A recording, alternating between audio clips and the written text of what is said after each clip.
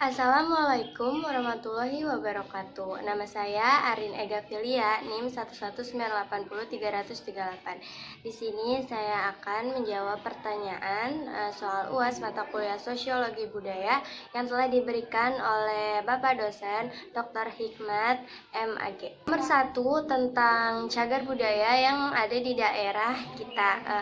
Saya akan menjelaskan salah satu cagar budaya yang ada di daerah Karawang, yaitu Candi Blandongan. Candi Blandongan adalah candi bekas tempat peribadatan dan merupakan candi tertua karena melewati dua masa, yaitu masa Tarumanegara pada abad ke-5 sampai ke-7 Masehi dan masa Sriwijaya pada abad ke-7 sampai 10 Masehi. Nah, candi ini termasuk ke dalam situs Candi Batu Jaya Karawang. Candi lainnya selain Candi Blandongan yaitu ada Candi Jiwa, Candi Serut, dan juga Candi Sumur. Candi Blandongan telah berdiri di wilayah Kabupaten Batujaya, Karawang, Desa Segaran.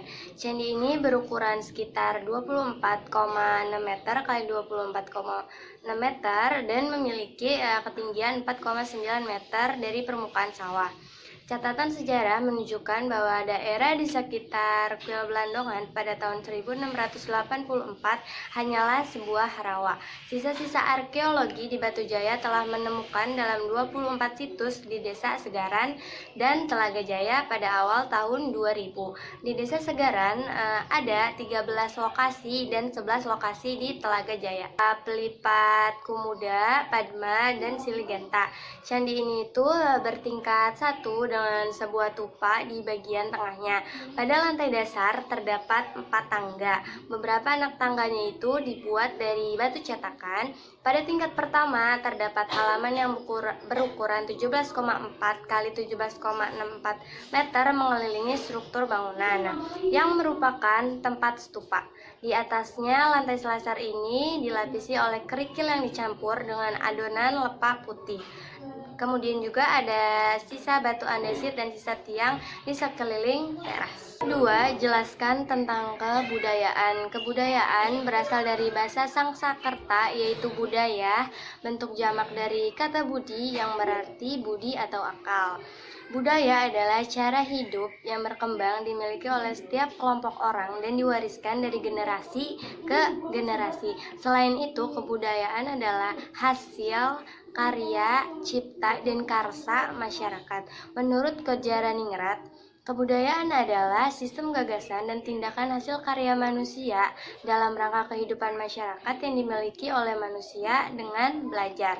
Peradaban adalah kumpulan sebuah identitas terluas dari seluruh hasil budidaya manusia yang mencakup seluruh aspek kehidupan manusia, baik fisik maupun non-fisik, yang teridentifikasi melalui unsur-unsur objektif umum. Seperti apa? Seperti bahasa, agama, institusi, dan lain-lain. Hinterland atau daratan gigir, daratan atau daerah yang terletak di belakang pesisir atau tepian sungai. Selain itu, suatu daerah yang berfungsi sebagai pemasok dan pemenuhan kebutuhan bahan makanan pokok serta tempat produksi komoditi ekspor. Kemudian pengertian cultural determinism atau budaya determinisme adalah segala sesuatu yang terdapat di dalam masyarakat ditentukan adanya oleh kebudayaan yang dimiliki oleh masyarakat itu sendiri. Selain itu, keyakinan bahwa budaya di mana kita dibesarkan itu menentukan siapa kita pada tingkat emosional dan perilaku. Nomor 3, sebutkan 7 unsur kebudayaan universal. Pertama, ada sistem perlengkapan dan perlengkapan hidup manusia seperti pakaian, transportasi, rumah. Habis itu ada sistem mata pencarian atau sistem ekonomi seperti peternakan, sistem produksi, dan pertanian. Habis itu ada sistem kemasyarakatan, ada sistem kekerabatan, organisasi politik, sistem perkawinan. Habis itu ada bahasa ada lisan dan tulisan. Kemudian ada seni, seni rupa, seni musik, dan seni tari. Kemudian ada sistem pengetahuan, dan terakhir ada sistem kepercayaan atau sistem religi. Kemudian unsur-unsur kebudayaan nasional itu ada bendera merah putih, kemudian bahasa Indonesia, lagu kebangsaan Indonesia Raya, dan terakhir ada Pancasila. Nomor 4, klasifikasi tentang karya Clifford Geertz itu dibagi menjadi 3. Pertama ada abangan. Mereka adalah sekelompok umat muslim tradisional yang berarti masih menerapkan dogma-dogma ajaran tradisional Jawa yang mencampurkan ajaran agama Islam dengan agama Hindu, Buddha, dan animisme. Anggota kelompok ini dapat ditemukan atau bertempat tinggal di wilayah pedesaan. Kemudian ada santri. Kelompok ini disebut sebagai umat Muslim Ortodoks. Jadi anggota kelompok ini dapat ditemukan di wilayah perkotaan dan fokusnya atau orientasinya itu lebih pada ke Al-Quran dan juga masjid.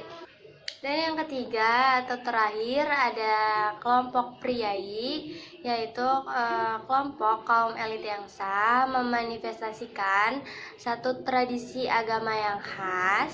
Kelompok ini tadinya itu hanya mengacu kepada golongan bangsawan turun-temurun lalu dijadikan pegawai negeri yang diangkat dan digaji. Tapi titik utama dari kelompok priai ini adalah etika, seni, dan juga praktek mistik.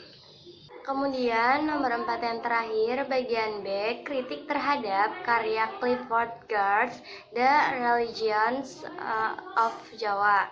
Jadi pendapat saya, karya Geertz ini menarik perhatian orang-orang yang sedang memperdalam pengetahuan mereka tentang agama Islam dan Indonesia, serta ahli ilmu politik yang menaruh minat dalam hubungan antara agama dan perilaku politik. Geertz itu sangat mempengaruhi pemikiran banyak orang tentang budaya, yaitu kayak menggambarkan nih bagaimana simbol-simbol mempengaruhi dan membentuk kehidupan sosial.